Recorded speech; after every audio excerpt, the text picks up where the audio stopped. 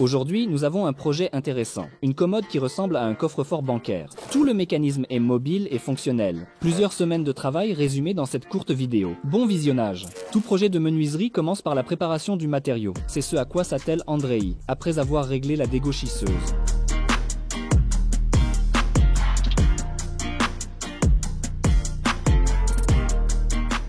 L'étape suivante consiste à tracer les pièces à la bonne dimension, puis à couper tout ce qui dépasse selon l'angle requis.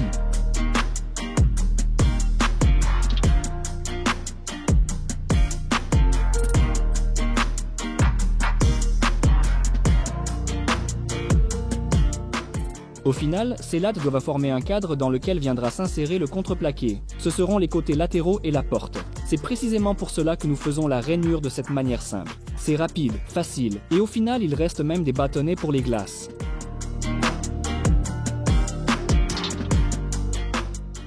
Pour insérer le contreplaqué, nous le découpons d'abord aux dimensions nécessaires. Un contreplaqué bien découpé facilite grandement le collage, et nous n'avons pas à mesurer l'angle ni à vérifier les diagonales.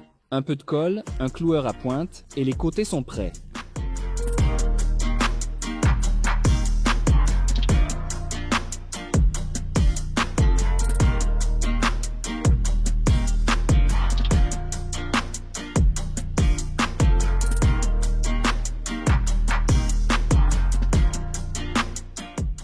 Pendant qu'il sèche, nous nous occupons du cadre principal. Comme les pieds sont longs et fins, il a été décidé de les fabriquer en les collant à partir de 2 tasseaux pour chacun. De cette façon, on pourra éviter toute déformation à l'avenir.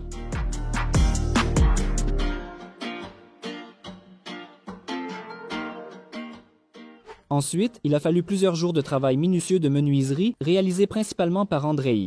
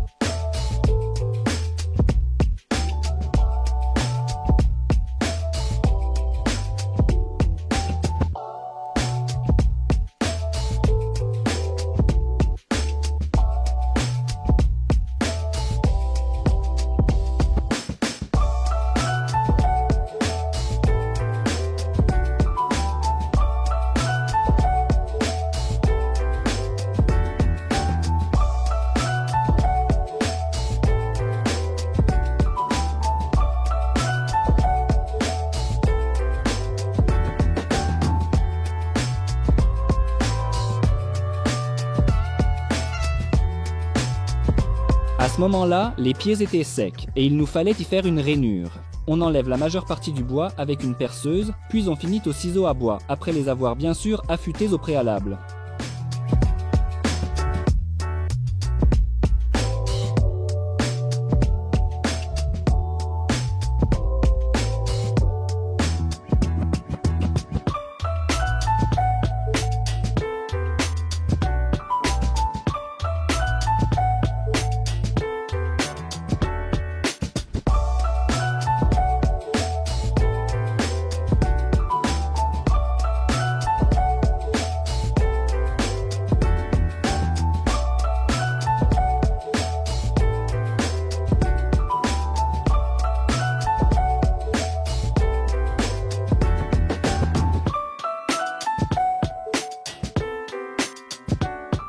Pour la décoration, les éléments de liaison sont réalisés sous cette forme.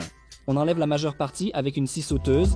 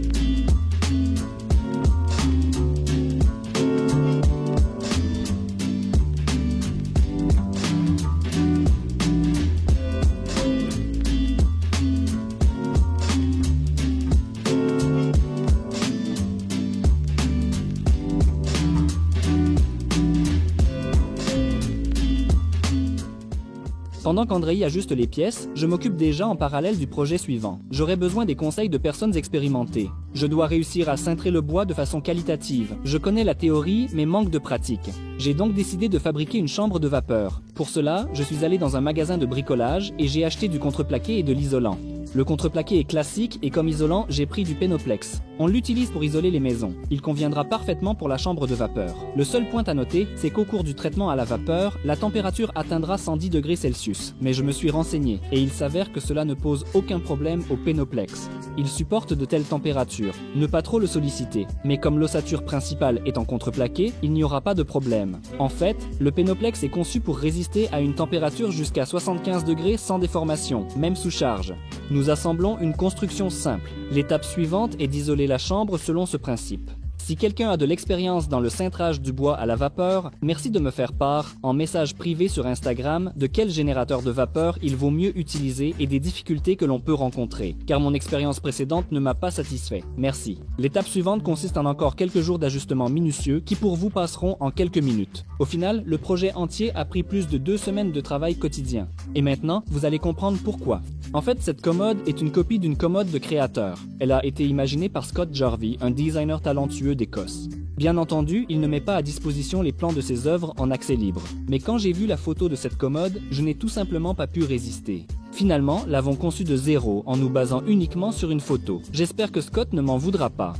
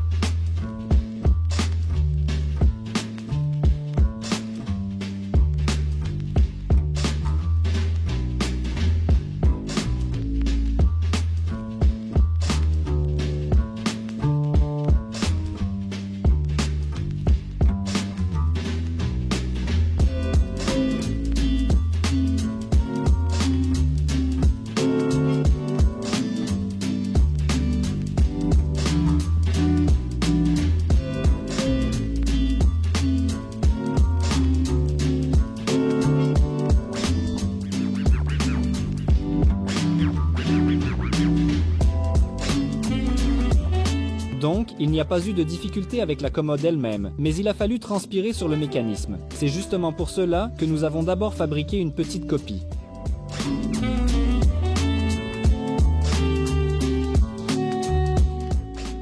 Nous nous sommes assurés que tout fonctionnait correctement, puis nous l'avons simplement agrandi à l'échelle. Heureusement, grâce à la précision de la machine laser, cela n'a posé aucune difficulté.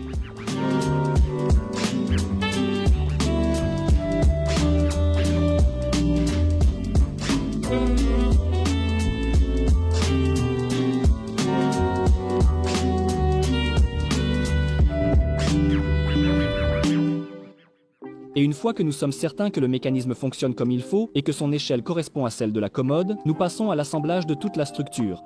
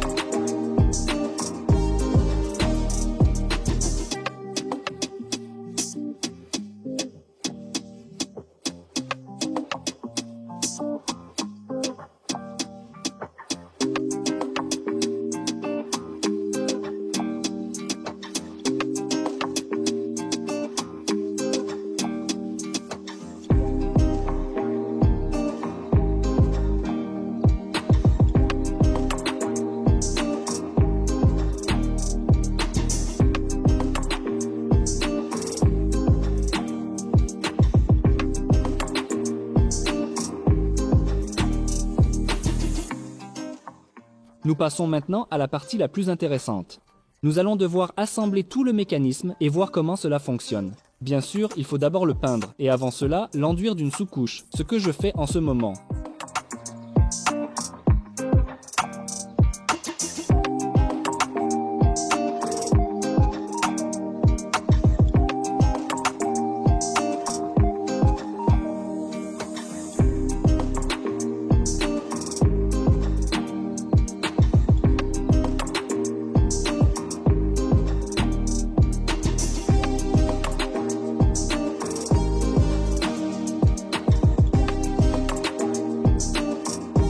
Certains endroits ne peuvent être entièrement finis qu'après le processus de collage, une étape cruciale, et c'est justement l'un de ces endroits. Après cela, on peut passer à la finition finale. Dans notre cas, il s'agit d'une application d'huile. Comme vous pouvez le voir, cette huile a une teinte grise, mais la couleur peut être n'importe laquelle. La palette est immense, mais c'est cette teinte qui m'a particulièrement plu. Un peu plus tard, je pense que vous comprendrez pourquoi. Enfin, ce pourquoi tout cela a été fait.